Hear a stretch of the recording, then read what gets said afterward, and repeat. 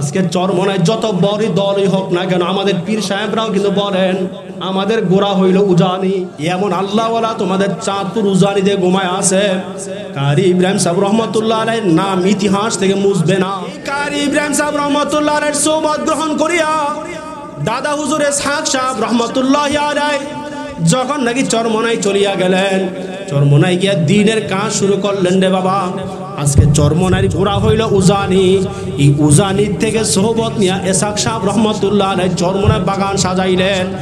আজকে চরমনা এবং উজানির মাধ্যমে এদেশের মধ্যে যেই পরিমাণ মানুষ নামাজি হইতেছে, অন্য কোন তরিকার বাংলাদেশে দেখা যায় না।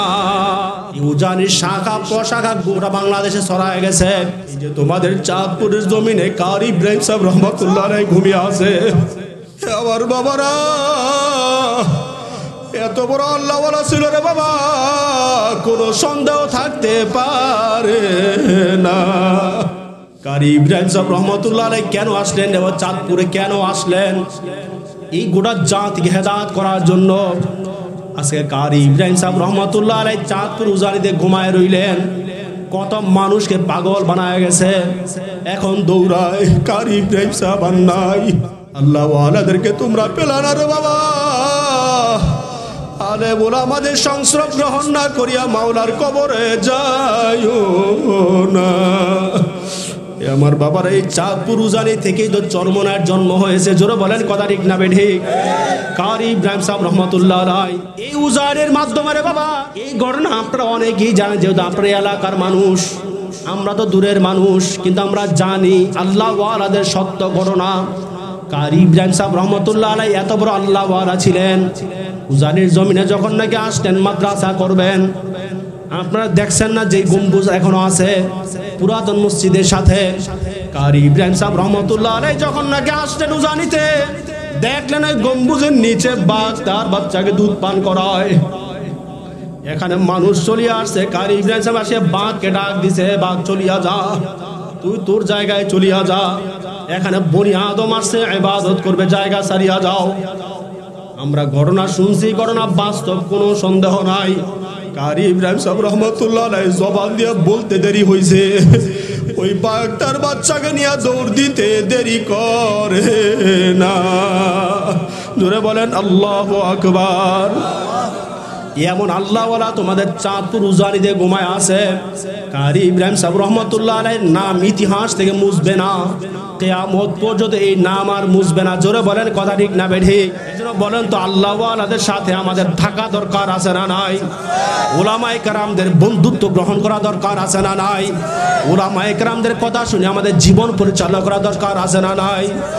এ আমার বাবার আজকে এখানে মাহফিল হইল, যারা উলামায়ে কেরামদের কথা শুই না আসলা না, আফসোস আফসোস। আমি বয়ানের শুরুতে বলছি আফসোস একদিন করবেন, কিন্তু সেই দিন কোনো কাজে আসবে না, সেই দিন কোনো কাজে আসবে না। আফসোস করার জায়গা দুনিয়ায়, ইবাদত করার জায়গাও দুনিয়ায়। ইবাদত করো, মাওলার তাকওয়া ঢুকাও, হিসাব নিকাশ মিলাও রে বাবা। হায়াতের কোনো গ্যারান্টি নাই, দিনটাকে ভালো কাজের মাধ্যমে শুরু করার চেষ্টা করো। এ আমার বাবার আফসোস কেমন আফসোস করবা জানেননি? একটা ঘটনা মনে পড়িয়া গেছে, শোনাবো নাকি? নবী আলাইহিস সালাতু ওয়াস সালামের ঘটনা, হাদিস, সহিহ হাদিস। নবী আলাইহিস সালাতু ওয়াস সালামের দেখেন যখন নাকি ইসলামের দাওয়াত দেওয়া শুরু করলেন, গোটা কাফের বেঈমানরা শত্রু হয়ে গেছে। ইসলামের দাওয়াত দেওয়ার আগে কেউ তার শত্রু হয় না। যখন আবার নবী কালেমার দাওয়াত দেওয়া শুরু করলেন, সবাই শত্রু হয়ে গেল। বংশীয় চাচারা পর্যন্ত আমার নবীর শত্রু। এ মুহাম্মদ, কেন আমাদের ধর্মের বিরুদ্ধে কথা বলো রে মুহাম্মদ? কিসের তুমি দাওয়াত দাও রে মুহাম্মদ? আবু জাহেল, উতবা, সাইবা সব আমার নবীর শত্রু হয়ে গেছে। অবশ্য সবাই আমার নবীকে আল্লাহ আমিন উপাধি দিয়েছিল। জোরে বলেন কথা ঠিক না বেঠিক? নবী আলাইহিস সালাতু ওয়াস সালামের যুগের এক ঘটনা, হাদিসের মধ্যে ঘটনা এইভাবে সুন্দর মতো আসছে। উকবা ইবনে আবি মুঈদ, কাফেরদের বড় একজন লিডার, সর্দার। নাম কি? উকবা ইবনে আবি মুঈদ। খুব খেয়ালে শুনবেন কথাবার্তা। উকবা ইবনে আবি মুঈদ, আল্লাহ পাক রব্বুল আলামিন দেখেন কি এমন, দেখেন আফসোস একদিন করবেন, বুঝার জন্য বলতেছি।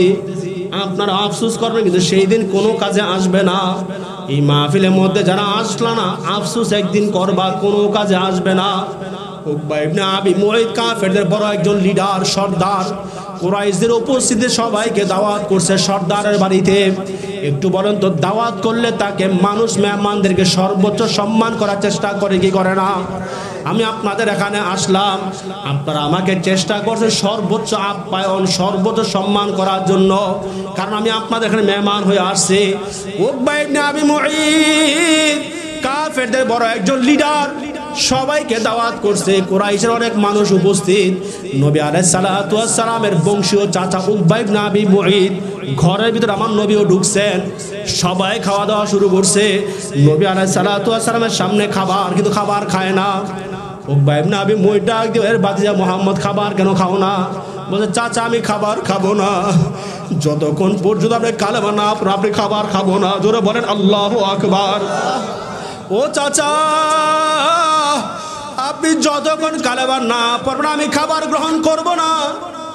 উকবা ইবনে আবি মুঈত বলে, বাতিজা মুহাম্মদ তুমি আমাকে কেমন এক বিপদের মধ্যে ফেলায় দিলা। এখন উকবা ইবনে আবি মুঈত চিন্তা করে, যদি খাবার না খায়, খাবার না খাইয়া যদি মুহাম্মদ চলিয়া যায়, মেহমান যদি না খাইয়া চলিয়া যায়, লজ্জা, মানুষ থু থু দিবে, সি সি করবে যে সর্দারের বাড়িতে আইসা মেহমান না খাইয়া চলিয়া গেছে। জোরে বলেন কথা ঠিক না বেঠি? উকবা ইবনে আবি মুঈত লজ্জায় পড়িয়া গেছে, কি করবে? বলছে, বাদশাহ মুহাম্মদ তুমি আমাকে কেমন বিপদে ফেলায় দিলা, কালেমা আমার পড়া সম্ভব না, তুমি কি চাও বলো? বলছে, না আমি খাবার গ্রহণ করব না যতক্ষণ কালেমা না পড়বেন। উকবা ইবনে আবি মুঈত যখন নাকি এই কথা শুনলো, বলছে, বাদশাহ মুহাম্মদ যাও, আমি কালেমা পড়িয়া নিলাম। কালেমা পড়া মুসলমান হয়ে গেছে। নবী মুহাম্মদ খাবার খাইলেন। খাবার খাওয়ার পর আবার নবী আলাইহিস সালাতু ওয়াস সালাম চলিয়া গেলেন। একটু পরে আসছে তার সঙ্গী সাথীরা। এখন আরেকটা মাসালা গ্রহণ করবেন, আজকে দুনিয়ার মধ্যে যত ধ্বংস হয় দেখবেন মুসলমানদের সংস্রব খারাপ হওয়ার কারণে, বন্ধুত্ব খারাপ হওয়ার কারণে একে অপরকে ধ্বংস করিয়া দেয়। জোরে বলেন কথা ঠিক না বেঠিক? বন্ধু যদি ভালো না হয়, সেই বন্ধু তোমাকে জান্নাতের দিকে ডাকবে না।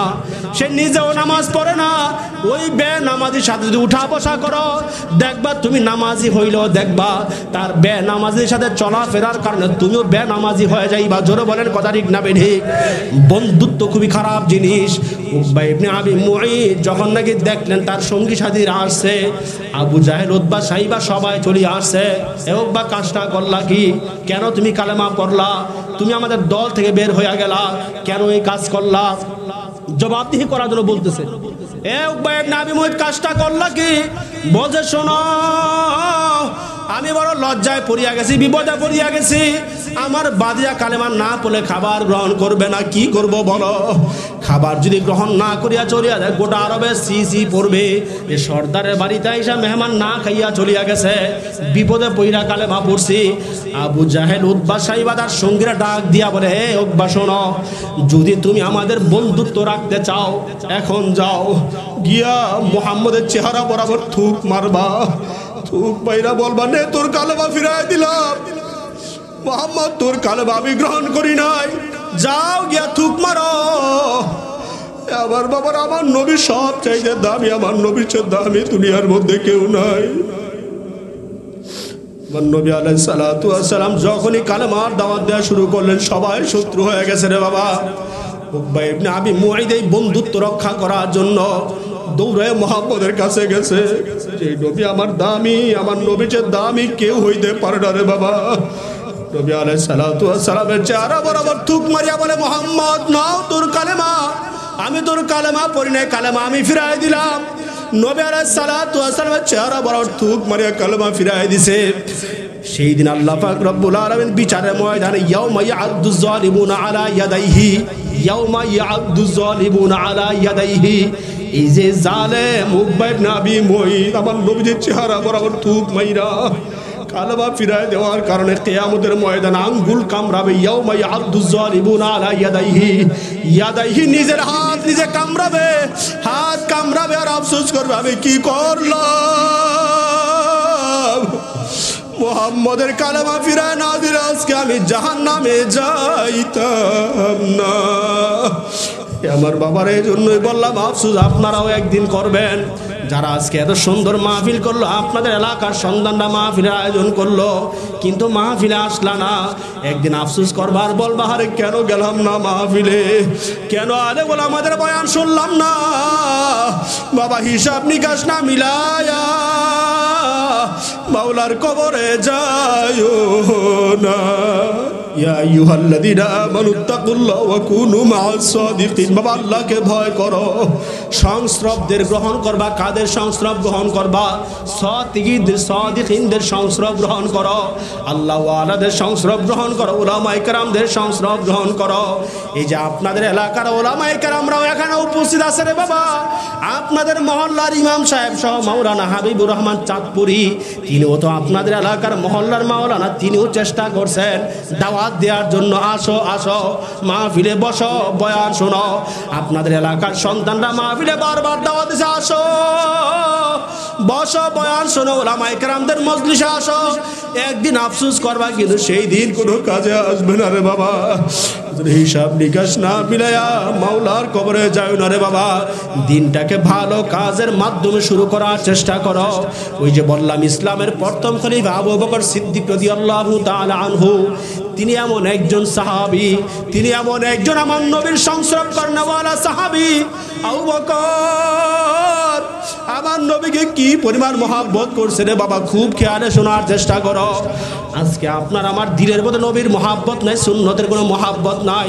ক্বালা রাসূলুল্লাহ সাল্লাল্লাহু আলাইহি ওয়াসাল্লাম, মান আহাব্বা সুন্নতি ফাকাদ আহাব্বানি ওয়া মান আহাব্বানি কানা মাই ফিল জান্নাহ।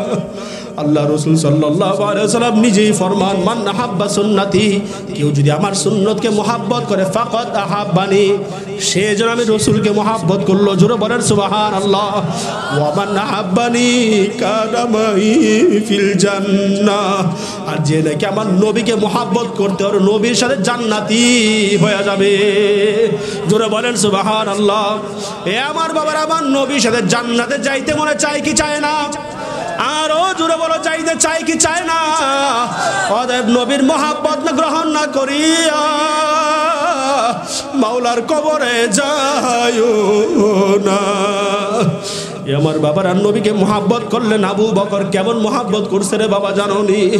এত মহাব্বত করার পরেও নবীর সাহাবে আজমাইনরা সব সময় পেরেশান থাকতেন, মাওলা তুমি আমাকে মাফ করো, মাওলা তুমি আমাকে মাফ করিয়া দাও, আমার কোনো আমল নাই, আমার কোনো কিছু নাই।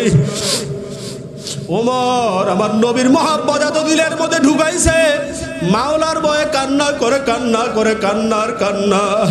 ওমর এত পরিবারে কান্না করে, কান্না করতে করতে চোখ হয়ে নিজে গালে দাগ পড়িয়া গেছে। ওমর বলে, আমাকে যদি মাওলাই কারিম জিজ্ঞাসা করে, ওমর কি নিয়ে আসছো বলো? ওমর বলে, আমি মাওলাকে বলবো, মাওলা আমি কিছু তো নিয়ে আসতে পারি নাই। তাকায় দেখেন আমি আপনার ভয়ে কাঁদতে কাঁদতে চোখে নিজে কালো দাগ পড়িয়া গেছে। মাওলা তুমি আমাকে মাফ করিয়া দাও, তো আমি ওমরে কোনো উপায় হবে না। আল্লাহ আল্লাহ তুমি আমাদেরকে মাফ করিয়া দাও। এ আমার বাবারা সাহাবে আজমাইন এত যদি পেরেশান থাকতে পারে, তোমার আমার পেরেশানি হওয়া দরকার আছে না নাই? আরো জোরে বলেন, দরকার আছে না নাই? আমার বাবারা সুন্দর একটা হাদিস শোনায় দে, হাদিসের ওয়াকিয়া। আবু বকর ওমর ফারুক রাদিয়াল্লাহু তাআলা আনহু এত পেরেশান হয়ে গেলেন। ওমরের পেরেশানির কথা শুনলাম, বাবা আবু বকর কেমন পেরেশানি করলেন। আবু বকর সিদ্দিক রাদিয়াল্লাহু তাআলা আনহুর যুগের একটা সুন্দর ঘটনা।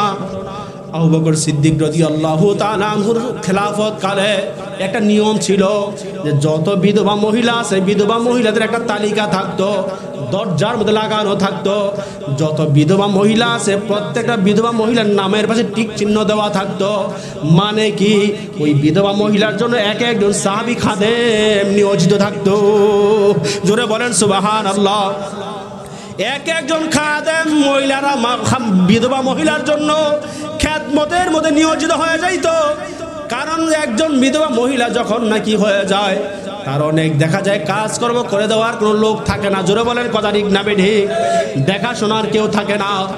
ওমর ফারুক রাদিয়াল্লাহু তাআলা আনহু তো দ্বিতীয় খলিফা, প্রথম খলিফা আবু বকর আমলের ঘটনা।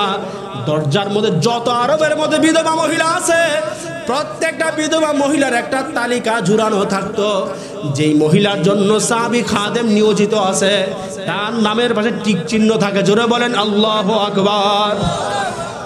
আমার বাবারা দেখো কত সুন্দর আমল তারা চালু করিয়া গেলেন।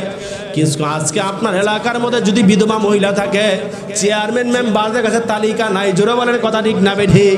কোনো তালিকা নাই। ইসলামের খেলাফত নাই রে বাবা। ওমর আবু বকর দেখেন যত সুন্দর খেলাফত কায়েম করলেন।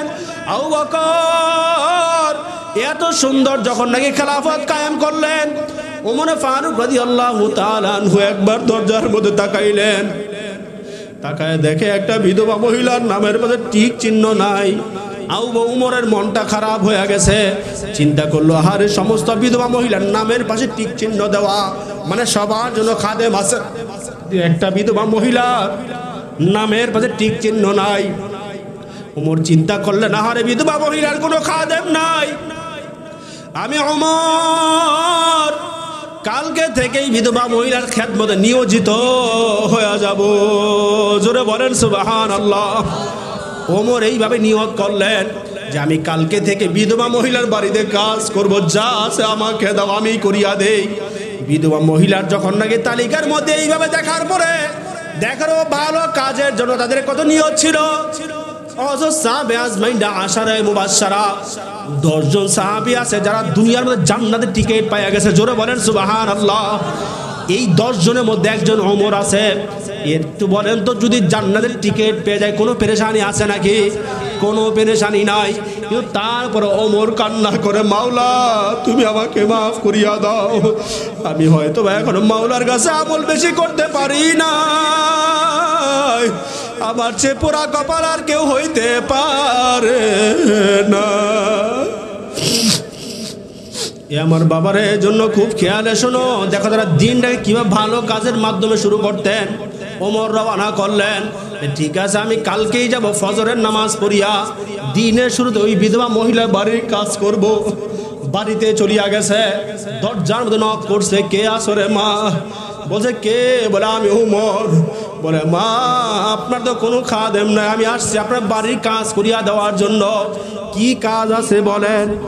ভিতর থেকে বিধবা মহিলা ডাক দিয়ে বলে, কে বাবা তুমি? জানি না, কিন্তু আমার বাড়ির যে খাদেম আরো আগেই তো কাজ করিয়া চলিয়া গেছে। জোরে বলেন আল্লাহু আকবার, জোরে বলেন সুবহানাল্লাহ। ওমরের মনটা খারাপ হয়ে গেছে, আর আমি আসলাম ভালো কাজ করার জন্য কিন্তু পাইলাম না। কে এমন আল্লাহওয়ালা আমার আগে কাজ করিয়া চলিয়া গেছে? কে এমন দামি মানুষ? ওমর প্রথম দিন গিয়া কাজ পাইলেন না। এ আমার বাবারা, যুবক বাবারা, মুরব্বী ওরা, পর্দালে মা ও বোনেরা, খুব দিলটা লাগায়া মনটা নরম করিয়া দাও, চোখের পানি সারিয়া দাও, আর মাওলার কাছে রুনা জারি করো, মাওলা তুমি আমাদেরকে মাফ করিয়া দাও। মাওলা আমি তো নেক আমল করতে পারি না, মাওলা তুমি আমাকে মাফ করিয়া দাও। ওমর চিন্তা করেন, আরে ফজরের নামাজের পরে আসলে কাজ করা যাবে না, আমি কালকে যাব, ফজরের নামাজের আগে যাব কাজ করার জন্য। জোরে বলেন আল্লাহু আকবার। ওমর পরের দিন রওনা করলেন, শুনতেছেন খেয়াল দিয়া? ওমর পরের দিন রওনা করলেন, ফজরের আগে রওনা করছে বিধবা মহিলার কাজ করার জন্য। কিভাবে আমার মাওলাকে রাজি খুশি করা যায় চিন্তা। ওমর রওনা করলেন, দ্বিতীয় দিন গিয়া বিধবা মহিলার দরজার মধ্যে আওয়াজ করলেন, ও মা। বলে কে? বলে আমি ওমর আপনার বাড়ির কাজ করার জন্য আসছি। বলছে আমার বাবা আমার বাড়ির যে কাজ করিয়া দেয় সে তো আরো আগে কাজ করিয়া চলিয়া গেছে। জোরে বলেন সুবহানাল্লাহ। ওমরের দিলটা নরম হয়ে গেছে, কান্না। আরে ওমর তুই এখনো দামি হইতে পারো নাই, ওমর তুই এখনো দামি হইতে পারো নাই, তোর আগে কে এত দামি মানুষ কাজ করিয়া চলিয়া গেল। ওমর চোখের পানি সারিয়া দিল, আমি মাওলার কাছে এখনো দামি হইতে পারি নাই, এত আগে আমার আগে আসে কে কাজ করিয়া চলিয়া গেল। ওমর চিন্তা করলেন, না তাহাজ্জুদের আগে আসতে হবে, নয়তো বিধবা মহিলা কাজ করতে পারবো না। ওই বিধবা মহিলা চিন্তা করলেন, ওই চলিয়া গেছে, দ্বিতীয় দিনও কাজ করতে পারে নাই। ওমর চলিয়া গেলেন, তৃতীয় দিন তাহাজ্জুদের সময় চলিয়া আসছে, তৃতীয় দিন আইসাও দেখে কে জানে কাজ করিয়া চলিয়া গেছে। ওমর চিন্তা করে, একদিন আসলাম, 2 দিন আসলাম, 3 দিন আসলাম, কাজ করতে পারলাম না। কেমন দামি মানুষ, আমার আগে কাজ করিয়া চলিয়া গেছে। ওমর চিন্তা করে, আরে আমি যেহেতু কাজ করতে পারলামই না, আমি যেহেতু কাজ করতে পারলামই না, ভালো কাজ তো শুরু করতে পারলামই না, আমি অন্তত কালকে যাব দেখার জন্য। কে এই দামি মানুষ, কে এই দামি মানুষ আমার আগে কাজ করিয়া চলিয়া যায়, আমি তো কাজ করতে পারলাম না, অন্তত একটু আমি দোয়া নিয়ে নিব। ওমর 3য় দিন পারলেন না, 4র্থ দিন নিয়ত করলেন কাজ করব না, আমি দেখব মানুষটাকে, কে এই মানুষ এত আগে আসিয়া গভীর রাত্রে আইসা বিধবা মহিলার কাজ করিয়া চলিয়া যায়। ওমর আসলেন, তাহাজ্জুদের আগে আসলেন, গভীর রাত্র, গোটা আরবের মানুষগুলো ঘুমায় গেছে, দুনিয়ার কোনো মানুষ জাগ্রত নাই। ওমর আইসা একটা অন্ধকার জায়গায় দাঁড়ায় গেছে, ঝোপটা জায়গা, অন্ধকার জায়গার মধ্যে দাঁড়ায় আছে, দেখবে কে আসে কাজ করার জন্য। ওমর তাকায় আছে, দেখে কোন মানুষ আছে।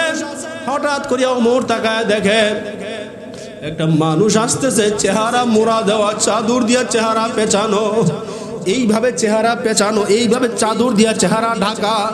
ডান দিক থেকে বাম দিক থেকে তাকাইলে দেখাও যায় না কোন মানুষ। দেখতেছেন পা আস্তে আস্তে জমিনে ফেলায় যেন পায়ের আওয়াজে কারো ঘুম ভাঙ্গিয়া না যায়। ওমর দেখে আস্তে আস্তে হাঁটে। ওমর রাদিয়াল্লাহু তাআলা আনহু ডান দিকে বাম দিক চেহারা দেখা যায় না।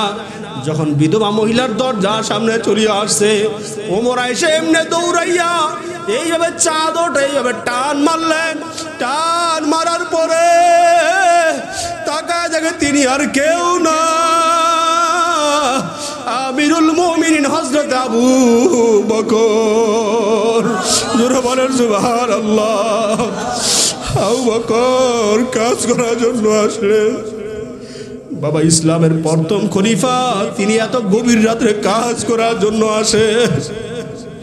ওমর যখন নাকি চাদর টান দিন আবু বকরের চেহারা দেখার পরে আবু বকর থর থর করিয়া কাঁপতেছে, ওমর থর থর করে কাঁপতেছে। চিন্তা করলো, আরে আমার তো আমিরুল মুমিনিনের সাথে বেয়াদবি হয়ে গেছে, আমার হয়তো এইভাবে টান দেওয়াটা ঠিক হয় নাই। ওমরকে ডাক দিয়ে, ওমর কাঁপতে কাঁপতে ডাক দিও, আমিরুল মুমিনিন, কি এত দরকার ছিল? আপনি একজন আমাদের আমির, আপনি আমাদের প্রথম খলিফা, আমাদের নবী দুনিয়ার মধ্যে নাই, আপনি আমাদের প্রথম খলিফা, আপনি আমিরুল মুমিনিন হওয়া সত্ত্বেও কেন আপনি আসলেন এই কাজ করার জন্য? ও আমিরুল মুমিনিন, এই কাজটাকে আমি ওমরকে দিতে পারলেন না। দেখেন বাবা, আবু বকর সেই দিন কি জবাব করছে রে বাবা। আবু বকর ডাক দিয়ে বলো, ওমর তুমি যেমনি ভাবে চিন্তা করো যে দিনটাকে কিভাবে ভালো কাজের মাধ্যমে শুরু করা যায়, কিভাবে মাওলাকে রাজি খুশি করা যায়, আমি তোমার মতো আমি আবু বকর তো হয়রান পেরেশান। জোরে বলেন সুবহানাল্লাহ। আমিও তো পেরেশান, কিভাবে আমার মাওলাকে রাজি খুশি করা যায়। আমার যুবক বাবারা, মুরব্বী বাবারা, হায়াতের কোনো গ্যারান্টি নাই। একটু বুঝে থাকলে বলুন তো, আপনার আমার ইবাদত তাদের অনুযায়ী কম করা দরকার না বেশি করা দরকার? আরো জোরে কম না বেশি? সাহাবে আজমাইনরা যদি জান্নাতের টিকিট পাওয়ার পরেও আমার মাওলার ইবাদত বেশি করতে পারে, মাওলার জান্নাতের পেরেশানিতে থাকতে পারে, কবরে পেরেশানি করতে পারে, হয়রান পেরেশান হয়ে যাইতে পারে, তোমার আমার কি অবস্থা? উসমান রাদিয়াল্লাহু তাআলা আনহু এত পেরেশান হয়ে যাইতেন রে বাবা, কবরের দিকে তাকাইলে হাউ মাউ করে কান্না করতেন, হাউ মাউ করে চিল্লাইতেন। সঙ্গী সাথীরা জিজ্ঞাসা, উসমান আপনি কবর দেখলে কেন কান্না করেন? বলে, রে আমার সঙ্গী সাথীরা, আমি কবর দেখলে বড় ভয় লাগে। কবর মানুষের প্রথম ঘাঁটি, প্রথম জায়গা হলো কবর। এই কবর যদি কারোর সাথে ভালো আচরণ শুরু করিয়া দেয়, পরবর্তী প্রত্যেকটা জায়গা তার সাথে ভালো আচরণ শুরু করিয়া দিবে। জোরে বলেন সুবহানাল্লাহ। এজন্য ক্বালা রাসূলুল্লাহ সাল্লাল্লাহু আলাইহি ওয়াসাল্লাম, আল্লাহর রাসূল নিজেই ফরমান, আল কবরু রাউযাতুম মির রিয়াদিল জান্নাহ, আও হুফরাতুম মিন হুফারিন নার। বাবা কবরটা কারো কারো জন্য কাল কিয়ামতের ময়দানে। বাবা এই যে দেখো তোমরা যে মরার পরে কবরের মধ্যে যাইবা, ওই কবরটা আল্লাহর রাসূল বলেন কারো কারো জন্য জান্নাতের বাগান হয়ে যাবে। জোরে বলেন সুবহানাল্লাহ। আও হুফরাতুম মিন হুফারিন নার।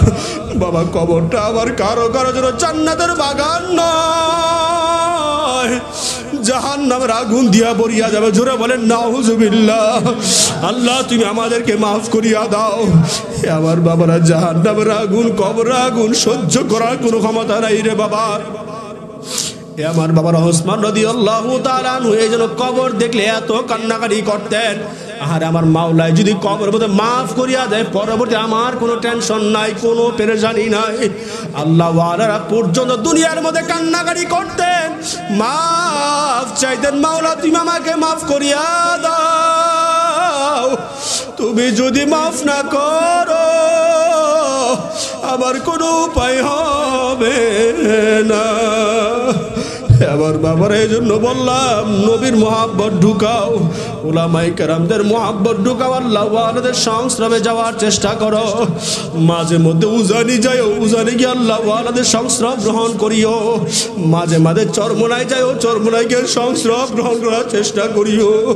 তোমরা কি দেখো না কত মানুষ চরমনায় গিয়া, এমনও মানুষ দেখা যায় রে বাবা দাড়ি ছিল না, কিন্তু বয়ান শোনার পরে কান্নাকারি, লাফালাফি, দিনের মধ্যে এমন ভয় ঢুকিয়ে গেছে দাড়ির পুষ লাগায় না। জোরে বলেন আছে না নাই?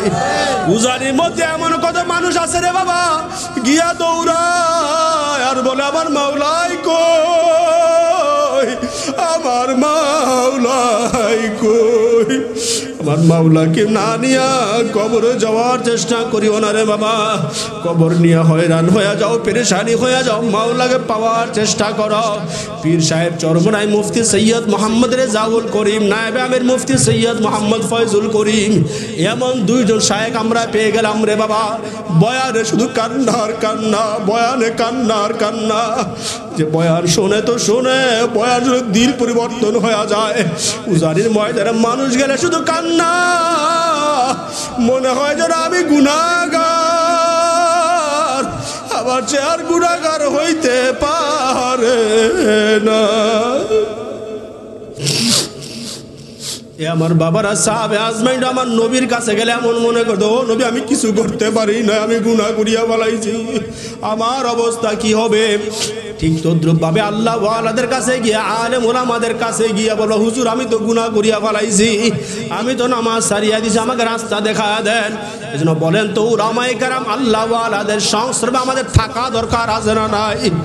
আরো জোরে বলেন দরকার আছে না নাই? এজন্য বাবারা তোমাদের হাতে নয় পায়ে ধরে শোনায় গেলাম, আসো মাহফিলের ময়দানে বসো। তোমাদের পশ্চিম রাজারগাঁও আজকে এই বাড়িতে যেই মাহফিল হয়ে গেল রে বাবা, আসো বসো, মাওলার কাছে হিসাব নিকাশ না মিলায়া কবরে যাইও না। উকবা ইবনে আবি মুঈদ আফসোস করবে, ইয়াউমা ইয়াদুজ জালিমুনা আলা ইয়াদাইহি, কিন্তু সেই দিন কোনো কাজে আসবে না। তুমি আর আমিও যদি আজকেই বরকতি মজলিস মিস করিয়া ফেলাই, তোমরা ভাবতে পারো আর আমি গেলাম না, কি হয়েছে, মাহফিল তো আরো আছে। একটু বলেন তো আপনার আমার হায়াতের কোনো গ্যারান্টি আছে নাকি? হায়াতের কোনো গ্যারান্টি নাই, মৃত্যুর কোনো পেরেশানি নেই রে বাবা। নরসিংদী থেকে রওনা করছে, আবার বাড়িতে যাইতে পারবে কিংবা নারায়ণগঞ্জ যাইতে পারো, কোনো গ্যারান্টি নাই। হায়াতের কোনো গ্যারান্টি নাই, মৃত্যুর কোনো গ্যারান্টি নাই। এ আমার যুবক বাবারা, মুরব্বী, ওরা কত মানুষ রাস্তায় বের হয়ে গেছে, কিন্তু রাস্তার মধ্যে মারা গেছে কোনোদিনও ভাবে নাই। কত মানুষ বের হয়ে গেছে আগুনে পুড়িয়া মারা গেছে। তোমরা কি দেখো নাই? তোমাদের কাছেই তো কিছুদিন আগে চট্টগ্রামে একটা সিএনজি ড্রাইভার এইভাবে স্টারিং এ ধরা আগুনে পুড়িয়া ছাই হয়ে গেছে। কি দেখছেন কি দেখছেন না? আরে দেখছো কি দেখছো না? দুনিয়ার আগুন কত ভয়ানক। মনে হয় যেন মানুষটা এখন স্টারিং এর মধ্যে ধরিয়া রাখছে, আগুনে পুইরা ছাই হয়ে গেছে। তার স্ত্রী, সন্তান, বাল বাচ্চা কান্নাকাটি। মহিলাটা কান্না করতে করতে বেহুশ হয়ে গেছে। আমাকে দেখার আর কেউ না, আমার স্বামী ছিল। এ আমার বাবা বোঝানো উদ্দেশ্য, ওই সিএনজিওয়ালা জীবনেও চিন্তা করে নাই আমার মরণ আগুনে। একদিনও চিন্তা ভাবনা করে করে নাই। আমার বাবারা মৃত্যুর ভয় ঢুকা অন্তরের মধ্যে ভয় নিয়ে চলার চেষ্টা করো। কি করলা হিসাব নিকাশ মিলাও, গুনাহ কি পরিমাণ করলা। রমজান তো চলিয়া গেল, ঈদুল ফিতর তো চলিয়া গেল, কি আমি করলাম, কত নেক কামাইলাম। আগামী রমজান আমরা পাবো কি পাবো না বহু দূরের কথা রে বাবা। আমার বাবারা তোমাদের চতুর্থ বার্ষিক মাহফিল এমনও তো হয়েছিল রে বাবা। এই যে আমাদের ভাইয়েরা যারা মাহফিল করছে শোনাইছে, হুজুর এই মাহফিলটা অনেক আগ থেকে হয়ে আসতেছে। এই মাহফিলের মধ্যে মজলিসে এমনও মানুষ যারা বয়ান শুনে আজকে দুনিয়ার মধ্যে নাই, কবরে শোয়া। আমার বাবারা তোমাকে আমাকেও কবরে যাইতে হবে কি হবে না?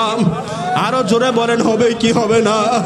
সবাই কবরে রওনা, দুনিয়ার থাকার জায়গা নয়, কেউ আমরা থাকতে পারবো না।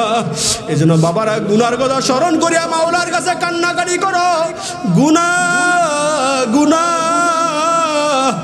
গুনাহ নিয়ে মাওলার কবরে যাইও না।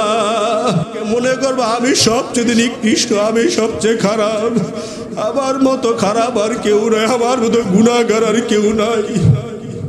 বাবা নিজেকে নিজে বড় মনে করা যাবে না, আমলওয়ালা মনে করা যাবে না। টাকা পয়সা কিছু না, সব পরিয়া থাকবে। আজকে মনে করে আমার স্ত্রী সন্তান বিবি বাল বাচ্চা আমার আপন, সব পর, সব ধোকা। আজকে মারা যাবেন দুনিয়া থেকে, দেখবেন সব পর হয়ে গেছে রে বাবা। এ আমার বাবারা কয়েকদিন আগে তো আমরা নিউজ দেখলাম, ছবি সহকারে আসছে, বাবা মারা গেছে, জায়গা ভাগ করিয়া যাইতে পারে নাই, সন্তান কবরে গিয়ে আটকায়া দিছে, জায়গা আগে ভাগ করে এরপরে কবরে শোয়াও না খানদান সন্তান। এ আমার বাবারা এগুলো মাঝে মাঝে দুনিয়াবি ঘটনা প্রকাশ পায়, কারণটা কি বুঝার জন্য। দুনিয়া কিছু না, দুনিয়া সব পর, সব পরিয়া থাকবে, কেউ আপন নয়। আপন কে জোরে বলেন, আরো জোরে ডাক দিয়ে বলে আপন কে? আমার মাওলা ছাড়া তোর কেউ আপন হবে না। আমার মাওলাকে আপন না করিয়া ওই কবরে যাইও না। আমার বাবারা মাওলাকে আপন বানাও। আর কিভাবে বুঝাবো, আর কিভাবে বুঝবা? তোমরা কি দেখো না এই যে করোনা, প্রায় লকডাউন কত বছর চলিয়া গেছে, করোনার সময় কত মানুষ মারা গেছে ঢাকার মধ্যে, আমাদের সচককে দেখা। অনেক ওলামায়ে কেরাম আমরা দাফন কাফন করছি, বাবাই মারা গেছে, সন্তান তার পাশে নাই, মেয়ে তার পাশে নাই, জানাজা দেওয়ার জন্য দুইজন লোক খুঁজিয়া পাওয়া যায় না রে বাবা। কার জন্য দুনিয়া? আমার মাওলার পরিচয় না নিয়া কবরে যাইও না। আমার বাবারা দিলটাকে নরম বানাও, চোখের মধ্যে পানি নিয়ে কবরে যাও। মনে করবা ইয়া হাম সব মুসাফির হয়, কবর আখের ঠিকানা। কুই আগে রওয়ানা হয়, কুই পিছে রওয়ানা। এ বাবা তোমার সন্তান তো বিদায় হয়ে গেছে, তোর কি মৃত্যুর ভয় ঢুকে না? এ বাবা তোর নাতি চলিয়া গেছে, তোর কি মৃত্যুর ভয় ঢুকে না? এ বাবা তোর মেয়ে কবরে চলিয়া গেছে, তোর কি মৃত্যুর ভয় ঢুকে না? এ যুবক ভাই তোর চেয়ে তো যুবক বিদায় হয়ে গেছে, তোর কি মৃত্যুর ভয় ঢুকে না? এ আমার মা বোনরা তোর চাইতে কত যুবতী মা বোনরা বিদায় হয়ে গেছে, অন্তরে কেন মৃত্যুর ভয় ঢুকে না? তোমার আমার চেয়ে পুরা কবর আর কেউ হইতে পারে না।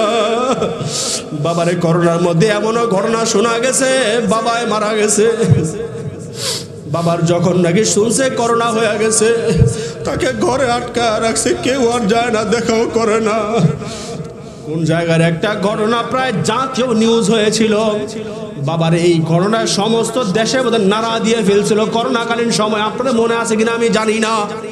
বাবার যখন শুনছে করোনা হয়ে গেছে, তাকে ঘরে আটকা রাখছে, বাবাই পানি পানি করে গলা শুকায় গেছে, কেউ যায় না পানি নিয়া, তার ছেলের বউ যায় না, ছেলেও যায় না, কেউ যায় না। যখন নাকি শুনছে পানির তৃষ্ণার্ত মরিয়া গেছে, সবাই বাড়ি ঘর সারিয়া পড়া চলিয়া গেছে, লাশ ঘরের মধ্যে পড়িয়া রইছে। এলাকার মানুষগুলো তালা ভাঙ্গিয়া জানাজার ব্যবস্থা করছে। এ আমার বাবারা দুনিয়া কার জন্য রাখিয়া গেল, আজকে তার পাশে কেউ নাই, দুনিয়ার নমুনা।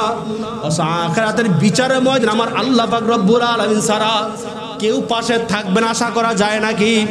আরো কোনো আশা করা যায় নাকি? আশা করা যায় না। দুনিয়ার মধ্যে বাস্তব নমুনা কেউ কারো না। কেউ কারো না, সবাই পর। কবরে শুয়ে যাওয়ার পরে দেখবা তোর পাশে আর কেউ নাই, তোর পাশে আর কেউ নাই, সবাই পর হয়ে গেছে। 2 দিন 3 দিন 5 দিন 1 সপ্তাহ কান্না করবে, আবার সব ঠিকঠাক। অতএব বোঝা গেল দুনিয়ার জন্য না, হুব্বুদ দুনিয়ার রাসুকুল্লি খাতিয়া, দুনিয়ার মোহাব্বত আজকে সমস্ত মানুষগুলো যাওয়ার কারণে। আল্লাহ পাক রব্বুল আলামিন তো কালামুল্লাহ নিজেই জানায় দিলেন, কুল্লু নাফসিন যায়িকাতুল মাউত, মৃত্যুর স্বাদ গ্রহণ করতে বাঁচার কোনো সুযোগ নাই রে বাবা। আমার পর্দালে মা বোনেরা, তোমাদেরকেও শোনায় গেলাম রে মা, আল্লাহ রসুলের স্ত্রীরা কিভাবে পেরেশান হয়ে যাইতেন, কিভাবে নেক আমল বেশি করা যায়। এ আমার বাবা, তোমার মধ্যে কোনো পেরেশানি নাই, মৃত্যু নিয়ে পেরেশানি নাই, কবর নিয়ে কোনো পেরেশানি নাই।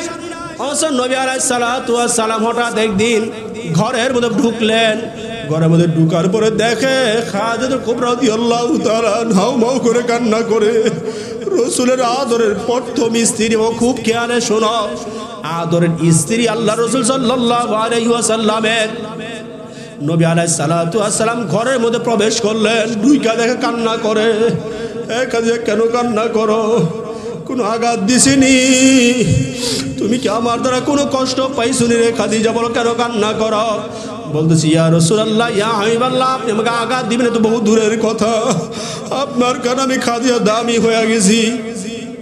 ও আমার নবী, আপনি আমাকে কোনো আঘাত দেন না, বল কেন কান্না করো? কেউ কি কোনো গাল মন্দ করছে নাকি? বলে না, কেউ গাল মন্দ করে না, কেন কান্না করো বলো? বলতেছি, ইয়া রাসূলুল্লাহ, ইয়া হাবিবাল্লাহ, আমার কবরের কথা স্মরণ হয়ে গেছে। ইয়া রাসূলুল্লাহ, ইয়া রাসূলুল্লাহ, আমার কবরের কথা স্মরণ হয়ে গেছে। বলতেছি, ইয়া রাসূলুল্লাহ, আজকে আমি দুনিয়ার মধ্যে খুবই ভালো আছি, আমাকে আল্লাহ অনেক সম্পদ দিছে, অনেক টাকা পয়সাতে আমার কোনো পেরেশানি নাই। ইয়া রাসূলুল্লাহ, কেউ আমাকে কষ্ট দেয় নাই, আপনি আমাকে আঘাত দেন নাই। বলে কেন কান্না করো? বলে কবরের কথা স্মরণ হয়ে গেছে। বলতেছি, ইয়া রাসূলুল্লাহ, আজকে দুনিয়ার মধ্যে যদি কোনো বিপদে পড়িয়া যায়, সবাই আমার কাছে দৌড়াইয়া আসে বাঁচানোর জন্য, দেখার জন্য। ইয়া রাসূলুল্লাহ, আমার কবরের কথা স্মরণ হয়ে গেছে। আমি তো চিন্তা করি, যদি আমি কবরের মধ্যে বিপদে পড়িয়া যাই, যদি আযাব শুরু হয়ে যায়, কেউ আমাকে বাঁচাইতে আসবে না।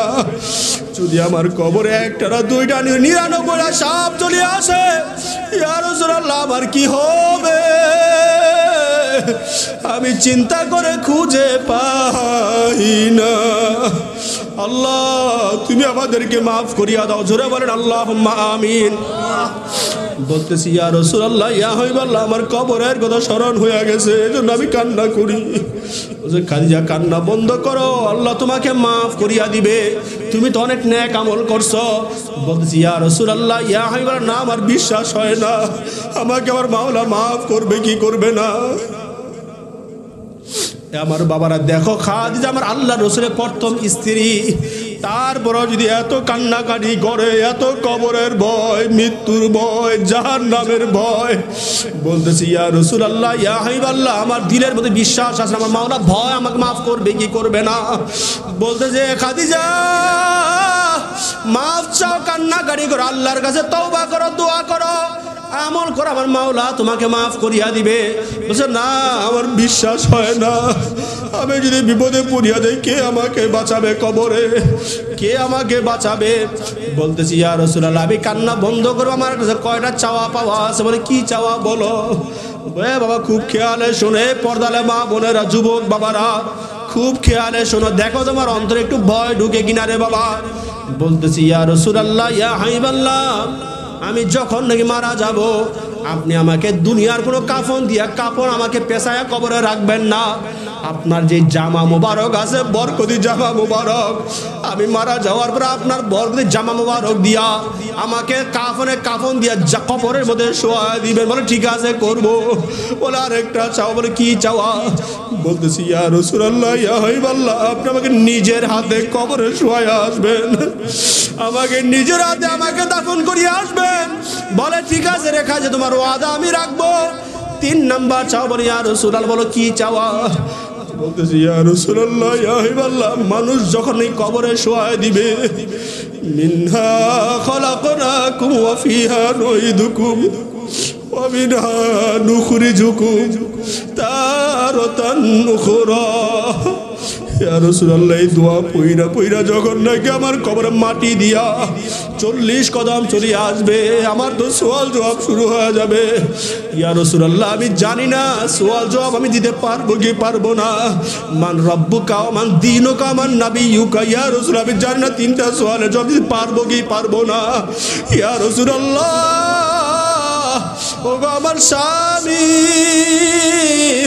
এই 3টা সওয়ালের জবাব আপনি নিজে দাঁড়ায় দিয়ে আসবেন। জোরে বলেন না সুবহানাল্লাহ। বলে ঠিক আছে খাদিজা, তোমার এই 3 নাম্বার চাওয়া পুরা করে দিব। এ আমার পর্দারে মা বোনেরা, দেখো আমার রাসূলের স্ত্রী হওয়া সত্ত্বেও কি পেরেশান, হয়রান পেরেশান, কি নিয়ে রওনা করলাম। কিছুদিন পরে যখন নাকি রাসূল আদের স্ত্রী মারা গেলেন, মারা যাওয়ার পরে বাবারা খুব খেয়ালে শোনার চেষ্টা করো। প্রথম যে চাওয়া ছিল নিজ হাতে দাফন কাফন করবে, নিজের জামা মুবারক দিয়া। 2টা চাওয়া যখন নাকি পুরা হয়ে গেছে, আল্লাহ পাক রব্বুল আলামিন দেখেন কি এমন আজীব খেলা মিলাই দিল রে বাবা। আমার বাবারা নিজে হাতে যখন এই দাফন করিয়া দিলেন, মাটি দিয়া দিলেন, সঙ্গী সাথে সবাই চলিয়া যায়। নবী আলাইহিস সালাতু ওয়াস সালাম কবরের পাশে বসিয়া আছেন। সন্ধ্যা হয় হয় অবস্থা, সূর্য ডুবিয়া যাবে যাবে অবস্থা।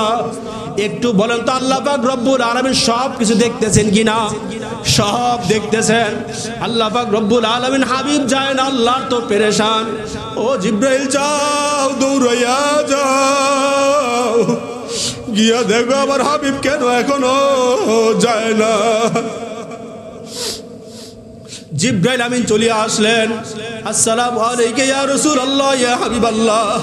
ও নবী, আল্লাহ পাক জানতে চায় আপনি এখনো কেন যান না, এখনো আপনি কেন বসা? নবী আলাইহিস সালাতু ওয়াস সালাম ডাক দিয়ে বলে, ও জিব্রাইল শোনো, আমার বড় আদরের স্ত্রী খাদিজা কবরে শোয়া। খাদিজার 3টা চাওয়া পাওয়া ছিল, 2টা পুরা হয়ে গেছে। খাদিজার 3 নাম্বার চাওয়া ছিল আমি যেন মুনকার নাকির সওয়াল জবাবগুলো আমি দিয়া দেই।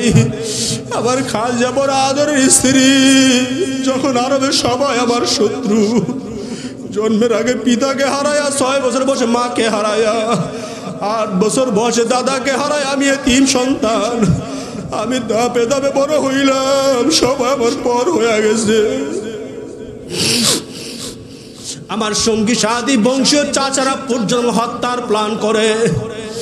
আমি মক্কায় থাকতে পারি নাই, মদিনায় হিজরত করিয়া চলিয়া গেছি। এই জিব্রাইল, আমি যখন এত একাকার হয়ে গেলাম, এই খাদিজা আমাকে এত সাপোর্ট, এত মহাব্বত করছে। এ জিব্রাইল শোনো, আমি যখন নাকি মাঝে মাঝে দিনের দাওয়াত নিয়ে যাইতাম, গোটা আরবের মানুষ ঘুমায় যাইতো, আমি কালেমার দাওয়াত নিয়ে ঘুরি। যখন গভীর রাতে ঘরের মধ্যে প্রবেশ করতাম, আমি দরজার মধ্যে একটা আওয়াজ দিলে খাদিজা জাগ্রত হয়ে যাইতো। জোরে বলেন আল্লাহু আকবার, জোরে বলেন আল্লাহু আকবার। এক ডাকে জাগ্রত হয়ে যাইতো। আমি ডাক, খাদিজা রে, তুমি কি ঘুমাও না, তুমি কি ঘুমাও না? খাদিজা আমাকে জিব্রাইল শোনো এত বেশি মহব্বত করতো। ডাক দিয়ে বলি, ইয়া রাসূলুল্লাহ, আপনার বাবা নাই, আপনার মা নাই, আপনার দাদা নাই, আপনার বংশের চাচারা আপনাকে মারার প্ল্যান করে।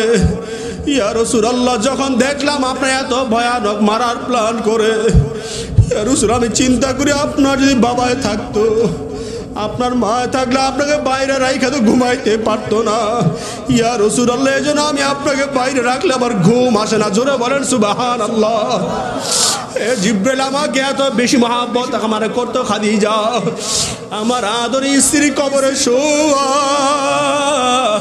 সওয়ালের জবাব দিতে পারবে কি পারবে না জানে না। আমাকে দায়িত্ব দিয়ে দে সওয়ালের জবাব দেওয়ার জন্য। জিব্রাইল চলে গেলেন, মাওলা এই কাহিনী আপনার হাবিব বইসা আছে। আল্লাহ পাক রব্বুল আলামিন জিব্রাইলকে ডাক দিয়ে বলে, জিব্রাইল শোনো, ও জিব্রাইল যাও, আমার হাবিবকে আমি কান্না করাবো না, মন খারাপ করব না। আমার হাবিবকে জানায় দাও খাদিজা এত বেশি আমল করছে, এত বেশি নেক কাজ করছে, খাদিজার সওয়ালের জবাব আমার নবীর দেওয়া দরকার নাই। খাদিজার সওয়ালের জবাবের দায়িত্ব নিয়ে নিলাম স্বয়ং আমি আল্লাহ। জোরে বলেন সুবহানাল্লাহ। এই জন্য আমার বাবারা, খাদিজা আমার নবীর স্ত্রী হওয়া সত্ত্বেও সবার জন্য মেসেজ, বাবারা, যুবক বাবারা, পর্দালে মা বোনেরা সবাই বোঝার চেষ্টা করো। যদি এত পেরেশান হইতে পারে, তোমার আমার পেরেশানি হওয়া দরকার আছে না নাই? আরো জোরে বলেন দরকার আছে না নাই? বাবা, আমাদের মৃত্যুরও পেরেশানি নাই, কবরেরও কোনো পেরেশানি নাই, হায়াতের কোনো গ্যারান্টি নাই। মাওলার হাসরের ময়দানে কি নিয়ে উঠবেন? আমার নবীর মহব্বত নাই, নবীর কোনো পরিচয় নাই রে বাবা। মাথার মধ্যে টুপি নাই, গালের মধ্যে দাড়ি নাই, নবীর সুন্নত গায়ের মধ্যে তুলতে পারলে না, কি নিয়ে আমার নবীর সামনে দাঁড়াবা? আমার বাবারা, লম্বা চূড়া বয়ান, এত বয়ান করার সময় নাই। শুধু এতটুকু শুনেন, বিচারের ময়দান যখন কায়েম হয়ে যাবে, সমস্ত নবীগুলো ইয়া নফসি করতে থাকবে। এ আমার বাবা, যুবক বাবা, পর্দার মা বোনেরা, এই নবীর উম্মত হওয়ার কারণে কেমন দাম আল্লাহ পাক বাড়াই দিছে রে বাবা। মুসা আলাইহিস সালাতু ওয়াস সালাম তুর পাহাড়ে গিয়ে আমরা আল্লাহর সাথে কথাবার্তা বলতেন, কি বলতেন না? তুর পাহাড়ে গিয়ে আল্লাহর সাথে কথা বলা অবস্থা হঠাৎ করে একবার মজা করে প্রশ্ন করলেন, বাবা মেরাজ আমার নবী যখন নাকি গেলেন, ষষ্ঠ আকাশের মধ্যে গিয়ে মুসা আলাইহিস সালাতু ওয়াস সালামের সাথে দেখা হয়েছিল। নবী মুসার দিকে তাকায়া আমার নবী সালাম কালাম করলেন। মুসা নবী আমার নবীর দিকে তাকায়া কান্না করিয়া দিলেন। মুসা নবী আমার নবীকে ডাক দেয়, ও নবী কই যান? বলে আবার আল্লাহ পাক ডাক দিছে আমাকে মেহমান বানায়া। আল্লাহ পাক আমাকে মেরাজের জন্য দেখা সাক্ষাতের জন্য নিয়ে যাইতেছেন। আল্লাহ পাক রব্বুল আলামিনের এই কথা শোনা, মুসা নবী এই কথা শোনার পরে মুসা নবীর চোখ দিয়ে টপ টপ করে পানি পড়া শুরু হয়ে যায়। নবী আলাইহিস সালাম ডাক দিলেন, মুসা আপনি কান্নাকারি কেন করেন? বলছি, ইয়া মুহাম্মদ, ও জনাবে মুহাম্মদ রাসূলুল্লাহ, কেন কান্নাকারি করি আপনি জানেননি? আমি তুর পাহাড়ে গিয়া একবার আমি আল্লাহকে জিজ্ঞাসা করেছিলাম, মাওলা, ও মাওলা, জান্নাতে হাসরের ময়দানে ডানে বামে জান্নাতের সব জায়গার মধ্যে কার উম্মত বেশি থাকবে? ও নবী, আমি তো আল্লাহ, আমি তো এতটুকু আশা করতেই পারি, যেহেতু আমি নবী মুসার উম্মত সবচাইতে বেশি। ও নবী, আমার তো আশা হয় হাসরের ময়দানে, মিজানে, পুলসিরাতের সব জায়গার মধ্যে ডানে বামে জান্নাতের মধ্যে আমি নবী মুসার উম্মতি তো বেশি হবে, যেহেতু সংখ্যা আমার উম্মত বেশি। আল্লাহ পাক রব্বুল আলামিন বলেন, না এর মুসার না, যদি শেষ নবীর যদিও উম্মত কম, কিন্তু কাল কিয়ামতের দিন জান্নাতের মধ্যে, হাসরের মধ্যে, বিচারের ময়দানের মধ্যে ডানে বামে সামনে পিছনে শেষ নবীর উম্মত থাকবে। জোরে বলেন সুবহানাল্লাহ। ও নবী, আমি এই জন্য কান্না করিয়া দিছি। এ আমার বাবারা, একটু চিন্তা করো, তোমার আমার দাম কত আল্লাহ পাক বাড়ায় দিলেন। আল্লাহ পাক রব্বুল আলামিন আপনার আমার এই নবীর উম্মত হওয়ার কারণে দাম কম হইছে না বেশি হইছে? আরো সবাই বলেন, দাম কম না বেশি? নবী আলাইহিস সালাতু ওয়াস সালামের উম্মত হওয়ার কারণে এত দাম আল্লাহ পাক বাড়াই দিলেন রে বাবা। আল্লাহ পাক রব্বুল আলামিন উম্মতরে এত দাম বাড়াই দিলেন বাবা। হাসরের ময়দানে বয়ান করতে গেলে লম্বা সময়ের প্রয়োজন। আল্লাহ পাক রব্বুল আলামিন দুনিয়ার মধ্যে একজন আজরাইল বানায় রাখছেন। চারজন প্রসিদ্ধ ফেরেশতার মধ্যে আজরাইল আলাইহিস সালাতু ওয়াস সালামের দায়িত্ব হলো জান কবজ। জান কবজ করবে, বাঁচার কোনো সুযোগ নাই। কখন আসবে, কে হয়ে কিভাবে আসবে আমরা বলতেও পারবো না। জোরে বলেন কথা ঠিক না বেঠিক? ওই আজরাইল আলাইহিস সালাতু ওয়াস সালাম কিন্তু দুনিয়ার মধ্যে বাঁচতে পারবে না। আজরাইল আলাইহিস সালাতু ওয়াস সালামকে মরতে হবে, কি হবে না? কুল্লু নাফসিন যায়িকাতুল মাউত। এই আয়াতের ব্যাখ্যা মুফাসসিরিন কেরামরা এইভাবে করেন, যত রূহওয়ালা প্রাণীরা আছে এই দুনিয়াতে কেউ বাঁচতে পারবে না। এই যে দেখেন না, একটা ছোট পোকামাকড়, তারও রূহ আছে। এই রূহওয়ালা একটা সামান্য পোকামাকড় বাঁচতে পারবে না। অর্থাৎ বোঝা গেল যে আজরাইলকে আল্লাহ পাক জান কবজ করার দায়িত্ব দিলেন, ওই আজরাইল আলাইহিস সালাতু ওয়াস সালামও বাঁচতে পারবে না। আমার বাবারা, বিচারের ময়দান কিভাবে কায়েম হবে তোমরা জানোনি? আজরাইল আলাইহিস সালাতু ওয়াস সালাম যখন গোটা দুনিয়ার সমস্ত মানুষের জান কবজ করিয়া ফেলাবে, জান কবজ করার পর আল্লাহ পাক রব্বুল আলামিনকে ডাক দিবেন, মাওলা। মাওলা ডাক ধরে, রে ফেরেশতা আজরাইল বল আর কে বাঁচিয়ে আছে?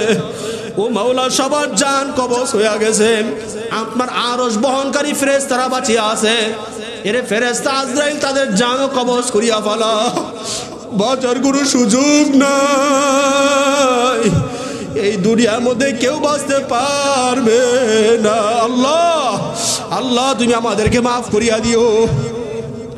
আজরাইল আলাইহিস সালাতু ওয়াস সালাম যখন জান কবজ করিয়া ফেলাবে, আল্লাহ পাক ডাকেন, আজরাইল বল আর কে বাঁচিয়ে আছে?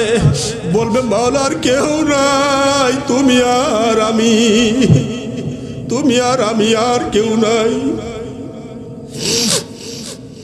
আল্লাহ পাক রব্বুল আলামিন এই কথা শোনার পর আজরাইল থর থর করে কাঁপতে থাকবে, ভাববে হয়তো মাওলা আমাকে এখনই বলবে তুই নিজেও মরিয়া যা। আল্লাহ পাক রব্বুল বলবে, আজরাইল তোর আর বাঁচার কোনো সুযোগ নাই। আজরাইল তুই নিজেকে নিজে জান কবজ করিয়া বলা। জান কবজ করলে কত কষ্ট আজরাইল জীবনও বুঝে নাই রে বাবা। আজরাইল ডাকেন, মাওলা রে তুমি আমার নিজের জান যদি কবজ করার দায়িত্ব দিয়েই দিতা, যে আমার জান আমার কবজ করতে দায়িত্ব আমি নিতাম না গো মাওলা। জান কবজ করে এত মারাত্মক, বাবার কোলে সন্তান নিয়ে আসছি, নাতির কোল থেকে তার দাদাকে নিয়ে আসছি, দাদার কোল থেকে তার নাতিকে নিয়ে আসছি, স্ত্রী কাছ থেকে তার স্বামীকে কাইরা নিয়ে আসছি, ছোট মাসুম বাচ্চা 2-3 দিন হয়েছে ওয়া ওয়া করে তাকে আমি নিয়ে আসছি। ও মাওলা, জান কবজ করা তো কষ্ট আমি জানি না, তুমি ওকে বাড়ার জন্য বললা। আমার বাবা চোখের পানি সারো, মাওলার ভয় অন্তরের মধ্যে ঢুকাও। আল্লাহ পাক বলে, আজরাইল তুই নিজে নিজে মরিয়া যা, মুতিয়া আজরাইল, আজরাইল তুই আবার নিজে মরিয়া যা। হাদিস শরীফের মধ্যে আসছে রে বাবা, আজরাইল সালাম নিজের জান নিজে কিভাবে কবজ করবে। এ আমার বাবা মাঝখানে আরেকটা কথা শোনায় দেই। আল্লাহ পাক রব্বুল আলামিন দেখেন গোটা পৃথিবীর মানুষে কিভাবে জান কবজ করাই দিয়েছেন। অনেক কথাই তো অনেক বয়ানিতে শুনলাম, বয়ানে বর্তমানে হাসি আর তামাশা, কান্নার কোনো বয়ান নাই, বক্তার চোখে পানি নাই, শ্রোতারও চোখের মধ্যে পানি নাই। জোরে বলার কথা ঠিক না বে ঠিক? বর্তমানে বয়ান চলে এমন বয়ান, হাসি ঠাট্টা তামাশা। এ আমার বাবারা বয়ান যদি শুনতেই আসো, দিলটা নরম বানা দাও, চোখের পানি সারো, মাওলার কাছে কান্দো। আমার পর্দার মা বোনেরা, হায়াতের কোনো গ্যারান্টি নাই রে মা, কান্না করো, চোখের পানি সারো, দিলটাকে নরম বানাও রে মা। আজরাইল আলাইহিস সালাতু ওয়াস সালাম কিভাবে জান কবজ করে জানেননি? আল্লাহ পাক রব্বুল আলামিন একটা গাছ তৈরি করিয়া দিয়েছেন, গাছের নাম হলো, কিতাবের মধ্যে গণনা এইভাবে পাওয়া যায়, শাজারাতুল ইয়াকিন নামী আল্লাহ পাক একটা গাছ বানায় রাখছেন। নামটা কি সবাই বলেন? শাজারাতুল ইয়াকিন। গাছের নাম কি সবাই বলেন? শাজারাতুল ইয়াকিন। এই শাজারাতুল ইয়াকিন নামে আল্লাহ পাক একটা গাছ আল্লাহ পাক আজরাইলকে দান করলেন। এই গাছের নিচে একটা চেয়ারের মধ্যে আজরাইল বসিয়া থাকে। এই গাছের মধ্যে কোটি কোটি পাতা, কোটি কোটি পাতা। আজকের দিন পর্যন্ত দুনিয়ার মধ্যে যত মানুষ জন্মগ্রহণ করেছে, আল্লাহ পাক রব্বুল আলামিন আজকের দিন পরে কিয়ামত পর্যন্ত যত মানুষ জন্মগ্রহণ করবে, দুনিয়ার মানুষ কেউ না জানলেও আল্লাহ পাক জানেন কি জানেন না? দুনিয়ার মানুষ না জানলেও কে জানে? সবাই আওয়াজ করে বলেন, কে জানেন? এই যে শাজারাতুল ইয়াকিন নামেও যে গাছ আল্লাহ পাক আজরাইলকে দান করলেন, ওই গাছের নিচে আল্লাহ পাক রব্বুল আলামিন আজরাইলকে বসার ব্যবস্থা করলেন। ওই গাছের মধ্যে কোটি কোটি পাতা, কোটি কোটি পাতা। অর্থাৎ কিয়ামত পর্যন্ত যত মানুষ আসবে, প্রত্যেকটা মানুষের ওই শাজারাতুল ইয়াকিন নামীয় গাছের পাতার মধ্যে নাম লিখা। জোরে বলেন আল্লাহু আকবার। আমার বাবারা, তোর নামটাও লিখা। তুই যখন নাকি জন্মগ্রহণ করছো, সামান্য ছোট একটা পাতা আস্তে আস্তে বড় হয়। তুমি যখন বড় হও, আস্তে আস্তে পাতাটাও বড় হয়। তোর বয়স 40 হয়, গাছের বয়স পাতার বয়সটাও 40 হয়ে যায়, তোর বয়স যখন 60 হয়ে যায় পাতার বয়সটাও 60 হয়ে যায়। এ আমার বাবারা তোর দাড়ি পাকতে থাকে, গাছের পাতাটাও পাকতে থাকে, লাল হইতে থাকে। এ আমার বাবার এক কথা বুঝানো উদ্দেশ্য, যার হায়াত যখন শেষ হয়ে যায়, মনে করেন ছোট একটা মাসুম বাচ্চা আছে, তার নাম পাতার মধ্যে লিখা, যেই দিন জন্মগ্রহণ করছে যদি মনে করেন ওই দিন মারা যাবে, ওই দিনই যখন গাছের পাতা থেকে জড়িয়া যায়, আজরাইল খাতা থেকে নামটা কাটিয়ে শিশু বাচ্চার জান কবজ করিয়া চলিয়া যায়। এ আমার বাবারা তুই তো বুড়া হয়ে গেছে, তোর দাড়ি পাকা শুরু হয়ে গেছে, গাছের পাতাটা লাল হওয়া শুরু হয়, পাকা শুরু হয়ে যায়। আমার বাবারা খুব খেয়ালে শুনো, দিলটা নরম বানায় দাও। আজরাইল যখন নাকি দেখে ওই মানুষের হায়াত শেষ হয়ে গেছে, যখনই তোমার মৃত্যুর সময় হয়, গাছেতে পাতারা ঝরিয়া পড়িয়া যায়, অমনি খাতাতের নামটা কাটিয়ে আজরাইল তোর সামনে হাজির হয়ে যায়। টাকা দিয়া ক্ষমতা দিয়ে আজরাইলকে কেউ তোকে ফিরায় রাখতে পারবে না। এই জন্য বাবার মৃত্যুর কায়দা হইল এই, কিন্তু সর্বশেষ আজরাইল কি বাঁচতে পারবে নাকি? সবাই বলেন বাঁচতে পারবে নাকি? আজরাইলকে ডাক, আজরাইল তুই এবার নিজে মর। হাদিসের মধ্যে পাওয়া যায় আজরাইল আলাইহিস সালাতু ওয়াস সালাম সেই দিন কিভাবে মারা যাবে জানেননি? এমন এক চিল্লান দিবে, এমন এক বেহুশ হয়ে জমিনে পড়িয়া যাবে। মুফাসসিরিন কেরামরা বলেন হাদিসের মধ্যে আজরাইল ওই দিন এত জোরে চিল্লান দিয়ে বেহুশ হয়ে পড়িয়া যাবে, জমিনের মধ্যে বেহুশ হইয়া পড়িয়া যাবে, যে বিকট এক আওয়াজ হবে, ওই আওয়াজটা যদি দুনিয়ার কোনো মানুষ শুনতো, ওই আওয়াজে কানের পর্দা ফাইটা মানুষ কেউ বাঁচতে পারতো না, এত ভয়ানক। আজরাইল আলাইহিস সালাতু ওয়াস সালাম বলবে, মাওলা রে কত মানুষের জান কবজ করলো, মৃত্যুর যন্ত্রণা কি আমি তো বুঝতে পারি নাই। আজরাইল যখন নাকি মারা যাবে, আল্লাহ পাক রব্বুল আলামিন সিংহাসনে বসা থাকবেন, লিমানিল মুলকুল লিয়াউম, আল্লাহ পাক ডাক দিবে লিমানিল মুলকুল লিয়াউম, এরে কে আসো রাজত আজকের এই দিনের মালিক কে আসো, দাঁড়াও বলো কে মালিক, আরো জোরে বলেন মালিক কে। সেই দিন বিচারে ময়দানে সমস্ত ফেরেশতারা মরিয়া যাবে, যে আজরাইল জান কবজ করলো, আজরাইল কুল্লু নাফসিন যায়িকাতুল মাউত, সেও বাঁচার কোনো সুযোগ নাই রে বাবা, বিদায় হয়ে যাবে, দুনিয়াতে থাকার কোনো জায়গা নয়, তুমি আর আমি এই দুনিয়ায় বাবা থাকতে পারবো না। আল্লাহ আল্লাহকে একটা ডাক দাও, আল্লাহ আল্লাহ। বাবা সেই দিন বিচারের ময়দানে যখন নাকি মারা যাবে, আল্লাহ পাক বিচারের ময়দান কায়েম করবেন, আল্লাহ পাক রব্বুল আলামিন বিচারে হাসরের ময়দান কায়েম করবেন রে বাবা। কিভাবে আবার বিচার কার্য শুরু করবেন জানেননি? এই যে যেই চারজন ফেরেশতা আছে, জিবরাইল আলাইহিস সালাতু ওয়াস সালাম, মিকাইল আলাইহিস সালাতু ওয়াস সালাম, ইসরাফিল আলাইহিস সালাতু ওয়াস সালাম, আজরাইল আলাইহিস সালাতু ওয়াস সালাম, এই চারজন প্রসিদ্ধকে আল্লাহ পাক রব্বুল আলামিন ফেরেশতাদেরকে আবার সৃষ্টি করবেন। এই যে দেখেন না কত মানুষকে তো কবরে দিয়ে আসলেন, মিনহা খলাকনাকুম ওয়া ফিহা নুঈদুকুম, এই দোয়া আমরা পড়ি কি পড়ি না? আল্লাহ পাক আয়াতে কি বলছে একদিনও তো চিন্তা ভাবনা করো না, বাংলা অর্থ খুঁজা একদিনও তো তুমি দেখলা না রে বাবা। মিনহা খলাকনাকুম ওয়া ফিহা নুঈদুকুম, আল্লাহ পাক বলেন মিনহা খলাকনাকুম, আমি আল্লাহ তোকে মাটি থেকে বানাইছি, ওয়া ফিহা নুঈদুকুম, তোকে মাটির মধ্যেই যাইতে হবে, ওয়া ফিহা নুঈদুকুম তারাতান উখরা ওয়া মিনহা নুখরিজুকুম তারাতান উখরা। আল্লাহ পাক রব্বুল আলামিন আবার আমাদেরকে মাটির থেকে পুনরুজ্জীবিত করবেন, আবার বের করবেন, করবেন কি করবেন না? আল্লাহ পাক রব্বুল আলামিন কিয়ামত ঘটানোর পরে চারজন প্রসিদ্ধ ফেরেশতাকে আবার বানাবেন, আবার জাগ্রত করবেন। আল্লাহ পাক ডাক দিয়ে বলো, জিবরাইল ও ইসরাফিল ও মিকাইল ও আজরাইল, যা দৌড়াইয়া যা আমার হাবিবকে নিয়ে আসো। জোরে বলেন না আল্লাহু আকবার। কেমন দামি নবীর উম্মত হইলে একদিনও চিন্তা ভাবনা করো না? কেমন দামি নবীর উম্মত হইলে বাবা একদিনও চিন্তা ভাবনা করো না? তারপর আমার নবীর সুন্নত ভালো লাগে না, টুপি ভালো লাগে না, দাড়ি ভালো লাগে না, এ আমার বাবার হায়াতের কোনো গ্যারান্টি নাই। নবীর সুন্নত ঢুকায়া দাও, নবীর মহাব্বত কলবে ঢুকাও। 3.5 হাত বডির মধ্যে নবীর সুন্নত ঢুকানোর দরকার আছে না নাই? সবাই জোরে দরকার আছে না নাই? বাবা নবী আলাইহিস সালাতু ওয়াস সালাম দেখেন কত দামি নবী রে বাবা। সেই দিন কিন্তু আল্লাহ পাক ফেরেশতাদেরকে বলবেন না যাও আদমকে নিয়ে আসো, যাও নবী মুসাকে নিয়ে আসো, যাও ঈসাকে নিয়ে আসো, যাও ইব্রাহিম নবীকে নিয়ে আসো। এটা কিন্তু আল্লাহ পাক বলবেন না, কাকে আনবেন? আপনার আমার নবী সরদার দু আলম জনাবে মুহাম্মদুর রাসূলুল্লাহ, জোরে বলেন সাল্লাল্লাহু আলাইহি ওয়াসাল্লাম। চারজন ফেরেশতা, যাও আমার হাবিবকে নিয়ে আসো। দৌড়াইয়া যাওয়া শুরু করবে, দৌড়াইয়া চারজন হাঁটা শুরু করবে। এক ফেরেশতা আরেক ফেরেশতা জিজ্ঞাসা করবে, ওরে জিব্রাইল, তুই না আমার নবীর কাছে কোরআন নিয়ে গেছো। চারজন ফেরেশতা একজন আরেকজন বলবে, কই নবীর কবর, কই নবীর রওজা, আমরা তো জানি না। একজন বলবে, আরে জিব্রাইল, তুমি না নবীর কাছে 30 পারা কোরআন নিয়ে গেছো, বাইর করো, বড় নবীর রওজা কোথায়? জিব্রাইল বলবে, আমার মাওলা কিয়ামত ঘটানোর পরে এই জমিনটাকে উলট পালট করে এত উলট পালট করছেন, আমার কোনো কিছু মনে নাই, সব ভুলিয়া গেছি। ও জিব্রাইল, তুমি কি বলো?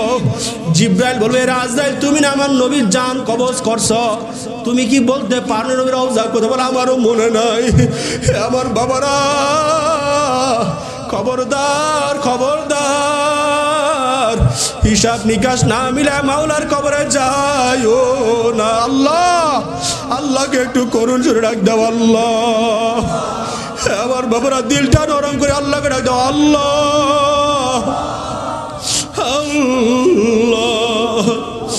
আমার বাবারা, চার ফেরেশতা পাগলের মতো হয়ে যাবে, বলবে, ভাই চলো, আমরা জানি না, আমাদের কারো কোনো কিছুই মনে নাই, দুনিয়ার মধ্যে কি করছে আমাদের কোনো কিছুই তো মনে আসে না। আল্লাহ পাক জমিনটাকে এলোমেলো করবেন, ভাঁজ করবেন, কিছুই মনে নাই।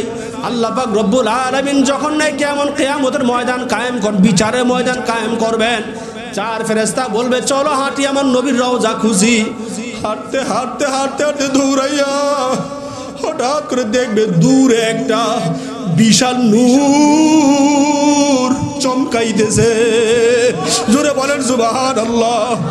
নূর চমকায়, একজন আরেকজনকে বলবো, জিব্রাইল, ও আজরাইল, ও ভাই, ওই যে দেখো নূর চমকায়, সেইটাই তো আমার নবীর রওজা। জোরে বলেন আল্লাহু আকবার। বুঝতে আর বাকি থাকবে না রে বাবা, কেমন নবী পাইলা চিন্তা ভাবনা করো, হিসাব নিকাশ মিলা, মাওলার কবরে হিসাব নিকাশ না মিলায় যাইও না। যখন নাকি চার ফেরেশতা সেখানে যাবে, কিয়া নবীর রওজা পাবে, কিয়া দেখবে আবার নবী কান্না করতে করতে করতে করতে পাশে মাটিগুলো ভিজিয়া গেছে, চেহারায় কাদা কাদা লাগিয়া আছে। এ আমার বাবার উম্মতের মায়ায় তো নবী আজ রওজায় শুয়ে কান্না করে। কেন বাবা নবীর মহব্বত মানো না? কেন নবীর মহব্বত নাই? নবী সুপারিশ না করলে তোর কোনো উপায় হবে না। আল্লাহ আল্লাহ বলে ডাক দাও, আল্লাহ। আমার বাবারা, নবীর মহব্বত ঢুকাও। হাদিসের ঘটনা শোনা যায়, মিথ্যা গল্প শোনাই না রে বাবা। চার ফেরেশতা গিয়ে আমার নবী কেমন এক অবস্থায় দেখবে, গুজা হয়ে গেছে, এইভাবে থর থর করিয়া কাঁপতেছে। কোনো মানুষ যদি বেশি কাঁপে, কাঁদতে কাঁদতে ফোফায় কি ফোফায় না? আমার নবী মারা যাওয়ার পর থেকে রে বাবা রওজায় শুইয়া এই যে বিচারের দিন পর্যন্ত নবী এখনো কান্না করে আর বলে, উম্মতি উম্মতি উম্মতি উম্মতি। আমার বাবারা, নবী আলাইহিস সালাতু ওয়াস সালাম চার ফেরেশতাকে দেখার পরে বলবে, জিব্রাইল, ও জিব্রাইল বলো। জিব্রাইল চার ফেরেশতা ডাক দিব, নবী উঠেন, আর কান্না করিয়েন না, বিচারের ময়দান কায়েম হয়ে গেছে। ও নবী চলেন, আল্লাহ পাক আপনাকে নিয়ে যাওয়ার জন্য বসে, চলেন, আল্লাহ পাক আপনাকে নিয়ে যাওয়ার জন্য আমাদেরকে পাঠাইছেন, উঠেন, আর কান্না করিয়েন না। এ আমার বাবারা, নবী আলাইহিস সালাতু ওয়াস সালাম কি বলবেন সেই দিন জানেননি? জিব্রাইলকে ডাক দিল, ও আমার চার ফেরেশতারা শোনো। নবী বলবে, রে জিব্রাইল, আমার উম্মতরা কই? আমার উম্মতরা কেমন আছে রে জিব্রাইল? আমার উম্মত কই? আমার বাবার, আমার নবী সেই দিন পারলে জিজ্ঞাসা করতে পারবেন, আমার ফাতেমা কই, আমার হাসান হুসাইন কই, আমার আলী কই, আমার উসমান কে, আমার আবু বকর কই, সাহাবে আজমাইনরা কই, বেলাল কই? বলতে পারবেন কি পারতেন না? আমার বাবারা সেই দিনও বিচারের ময়দানে আমার নবীকে নিয়ে যাবে রে বাবা, সেই দিনও তোমাকে আমাকে ভুলবে না বাবা। নবীর মহব্বত না নিয়ে মাওলার কবরে যায় ও না, আল্লাহ নবীকে নিয়ে যাবে। ওই যে কথা বলতেছিলাম রে বাবা, এক এক সমস্ত নবীরা জড়ো হয়ে যাবে, নবীদেরকে উঠাবেন, ফেরেশতাদেরকে উঠাবেন, পরতে মানুষদেরকে আবার উঠাবেন, আপনাকে আমাকে উঠাবে। সমস্ত মানুষগুলো ইয়া নাফসি ইয়া নাফসি, মাওলা তুমি আমাকে বাঁচাও, মাওলা বাঁচাও বাঁচাও বাঁচাও করে চিল্লাবে রে বাবা, ইয়া নাফসি ইয়া নাফসি। উম্মতগুলো পাগল হয়ে যাবে রে বাবা, কেউ দৌড়াবে নবী আদমের কাছে, ও নবী বাঁচান আমাদেরকে, আজকে তো আমাদের কোনো উপায় নাই। আপনি না আমাদের আদি পিতা আল্লাহর কাছে বলেন যেন হিসাব নিকাশ নেওয়া শুরু করে, বিচার কার্য শুরু করিয়া দেয়। যার ফয়সালা জান্নাত সে জান্নাতে চলিয়া যাবে, যার ফয়সালা জাহান্নাম সে জাহান্নামে চলিয়া যাবে। মাওলাকে একটু সুপারিশ করে যেন বিচার কাম শুরু করিয়া দেয়। আদম নবী বলবে, উম্মত আমি নিজেই তো